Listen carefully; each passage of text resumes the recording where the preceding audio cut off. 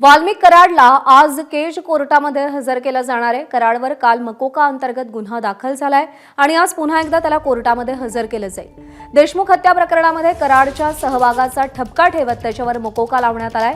मकोका दाखल झाल्यानं काल परळीमध्ये तणाव निर्माण झाला होता। कराड समर्थक आक्रमक झाले होते। आज परळीमध्ये तणावपूर्ण शांतता आहे, पण परिस्थिती अजूनही संवेदनशील आहे। परळीमध्ये पोलिसांनी कडेकोट बंदोबस्त लावलेला आहे। आफताब शेख आपले प्रतिनिधी सध्या आपल्यासोबत आहेत। आफताब, आज पुन्हा एकदा वाल्मिक कराडला दाखल केलं जाणार आहे, कोर्टामध्ये हजर केलं जाणार आहे, पण कालचा सगळा प्रसंग आपण पाहिल्यानंतर आज परळीमध्ये नेमकं काय चित्र आहे, प्रशासनाकडून काय खबरदारी घेतली जाते?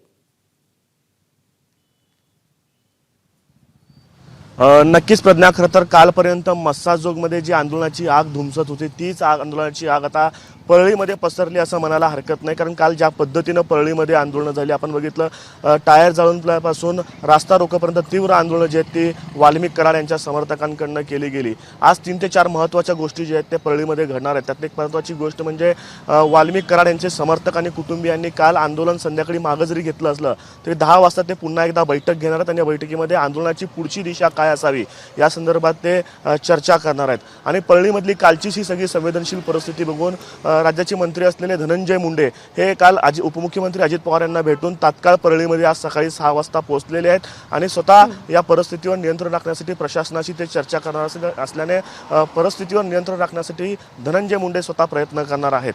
तर तिसरीकडे केसच्या न्यायालयामध्ये वाल्मिक कराड यांना आज पुन्हा एकदा हजर केलं जाणार आहे। काल मकोका अंतर्गत जेव्हा त्यांच्यावरती कारवाई करण्यात आलेली होती त्यानंतर SITच्या पथकानं त्यांचा ताबा घेतलेला आणि SITचं पथक आज वाल्मिक कराड यांना कोर्टामध्ये हजर करेल। वाल्मिक कराड यांचा संतोष देशमुख यांच्या हत्येशी काय नेमका संबंध आहे, हत्येचा कट रचण्यामध्ये त्यांचा सहभाग होता की स्वतः ते हत्येमध्ये सहभागी होते, या सगळ्या संदर्भात SITचं नेमकं म्हणणं काय, त्यांच्या हातात कोणकोणते पुरावे लागलेले आहेत। खरं तर 3 मोबाईल जे आहेत ते SITच्या पथकानं वाल्मिक कराड यांचे जप्त केले आहेत, त्या मोबाईलमधनं काही खुलासा झालेला का, या सगळ्या प्रश्नांची उत्तरं जे आहेत ते आजच्या सुनावणीमधनं आजच्या रिमांडमधनं आपल्याला समोर येताना पाहायला मिळणार आहेत। वाल्मिक कराड यांच्या अडचणीत मात्र मकोकामुळे वाढ झालेली आहे। खरं तर त्यांना जामीन मिळण्याचा मार्ग काल मोकळा झालेला होता, मात्र मकोका अंतर्गतच्या कारवाईमुळे त्यांना आता विशेष न्यायालयाकडे जाऊन जामिनासाठी अर्ज करावा लागणार आहे। मात्र मकोकामध्ये इतक्या सहजरित्या जामीन मिळू शकणार नाही, त्यामुळे वाल्मिक कराड यांच्या अडचणीत वाढ झालेली आहे। त्यामुळे ती परिस्थिती पाहता परळीमध्ये नेमकं आज काय काय घडामोडी घडतात हे पाहणं देखील तितकंच महत्त्वाचं असणार आहे। मात्र प्रशासनानं कडेकोट पोलीस बंदोबस्त जो आहे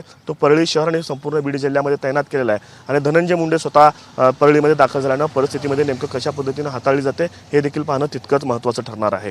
प्रज्ञा, निश्चित आज परळीमध्ये जे काही घडेल त्या सगळ्या संदर्भातले अपडेट जाणून घेत राहू। आफताब, तुर्तास धन्यवाद दिलेल्या माहितीसाठी।